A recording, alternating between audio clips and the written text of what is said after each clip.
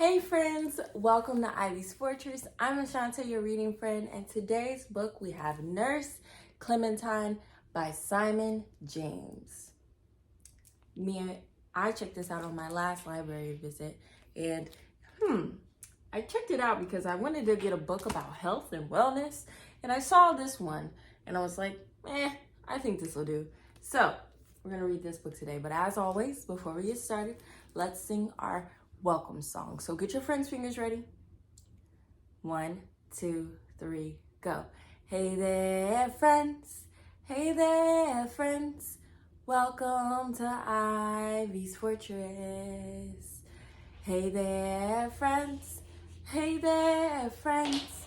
Welcome to Ivy's Fortress. I'm glad that you are here with us. I'm happy that you're near. Come along on our adventure, it'll bring you lots of cheer. Hey there, friends. Hey there, friends. Welcome to Ivy's Fortress. Hey there, friends. Hey there, friends. Welcome to Ivy's Fortress. Woo! Well, now that we've done that, let's get reading our book. But first, we're going to read the inside cover to find out more about what's in our text. When Clementine receives a nurse's outfit and first aid kit for her birthday, she couldn't be happier. Nurse Clementine sets to work, bandaging Mom, Dad, even the family dog. If only her accident-prone brother would let her work on him too. She's a nurse. She needs people to help. Then suddenly, there's a real emergency. Is Nurse Clementine up to the challenge? Let's find out.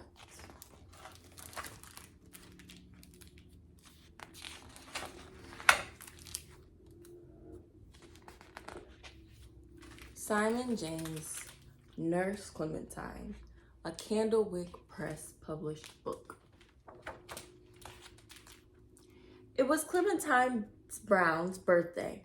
Mr. and Mrs. Brown bought her a nurse's outfit and a first aid kit. It's just what I wanted, she said. You can call me Nurse Clementine from now on.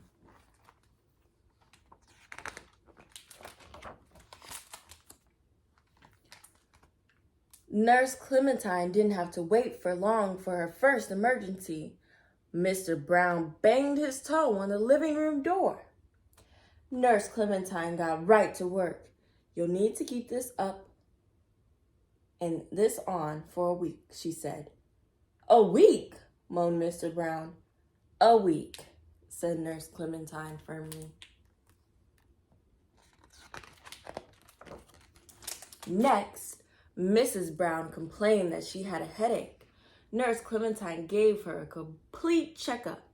Her ears were okay, her tongue wasn't spotty, and her temperature was normal. So just to be safe, Nurse Clementine bandaged her head. You'll have to keep this on for a week, she said. A week? Mrs. Brown said with a sigh. A week, said Nurse Clementine firmly.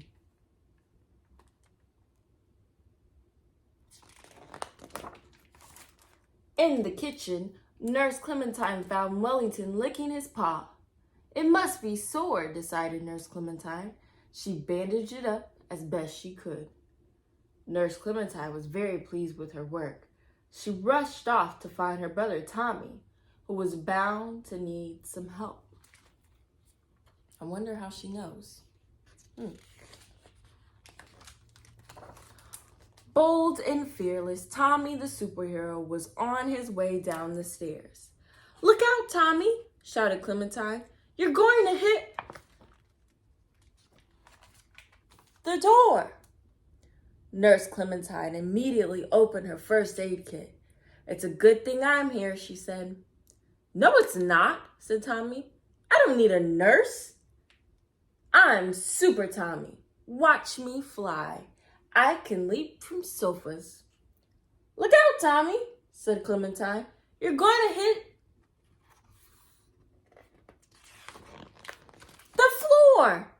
Ouch, said Tommy. Nurse Clementine rushed over with her stethoscope. She told Tommy to keep still while she checked him for breaks and bruises. I'm not broken, said Tommy, and I told you before, I don't need a nurse. Leave me alone.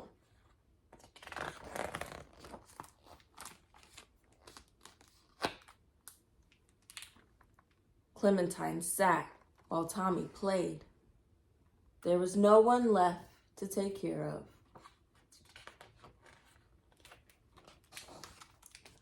She would just have to practice nursing by herself. First, she listened to her own heartbeat. Then she practiced bandaging the drain pipe. But it was no good. Nurses need someone to take care of, Clementine said with a sigh.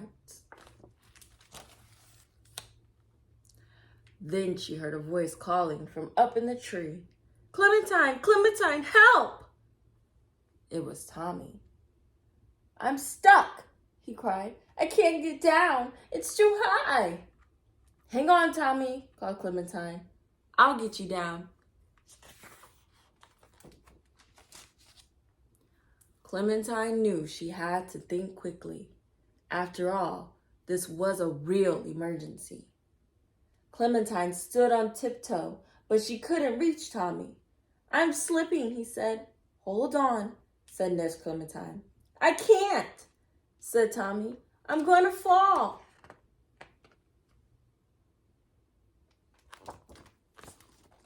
Tommy closed his eyes as his hand slipped, but Nurse Clementine was there to catch him. I've got you, she said. Tommy was relieved to be back on the ground. Thanks, Clementine, he said. You are great. When Tommy turned to go, Clementine noticed something. Tommy, she said, you scraped your arm. Did I? Said Tommy. You can bandage it if you like. Nurse Clementine was delighted to help. This was going to be her best bandage yet. But there was one small problem. She had forgotten her scissors. This is going to be an extra special superhero bandage, said Nurse Clementine. Really? Said Tommy. But you're going to have to keep it on all week, said Clementine firmly. All week? Said Tommy. Great. The end. The poor cat got bandaged up too. It's like, I'm innocent. Ooh, so now we have a Pictionary book, which is pictures in the form of a dictionary to describe what the words say or read. So we have stethoscope. That's where doctors listen to the heartbeat, the tool they use. We have a watch, tape, tongue depressor. Doctors and dentists use that to open up your mouth really wide. More bandages, a eye patch, maybe to cover the eye. So if you get an eye injury, you could relax the eye by covering it. Chocolate. I've never got chocolate from my doctor, but hey, everybody's different. A blood pressure monitor.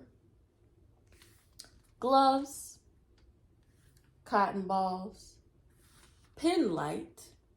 They like to use that to make sure you're following the light to see if your eyes are being responsive. A cap.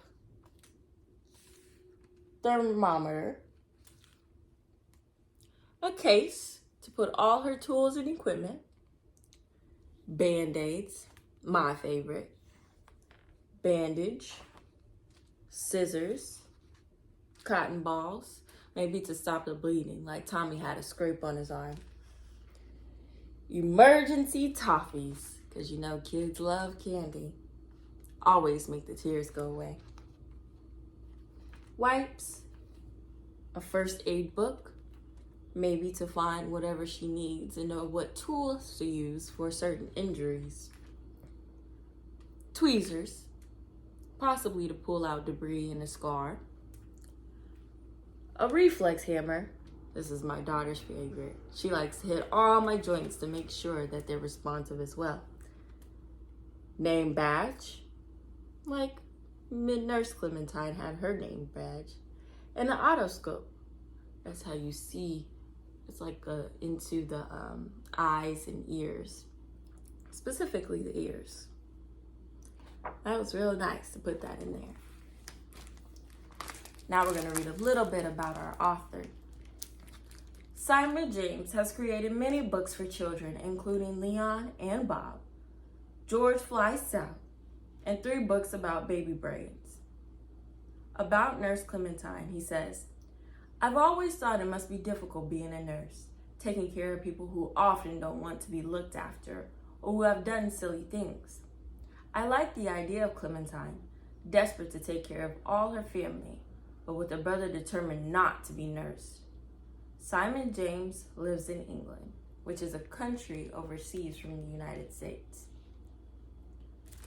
Well, now, be nice to your nurses, because sometimes they're operating in a space where they just came from a patient who was maybe a little challenging, or they just want to be able to heal you without any issues. I know sometimes going to doctor's visits and going into hospitals are extremely nerve-wracking and may build up some anxious behavior inside of you, and that may look like sighing when you're getting told to do something you don't want to do, crying, upset, even anger.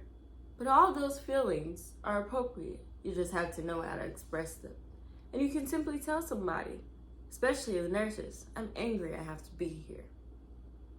Well, and they'll say, well, why is that?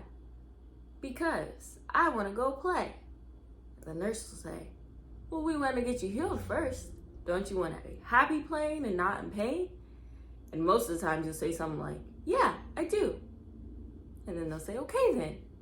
We want to get you healed so you can get right back playing. But sometimes it takes some time.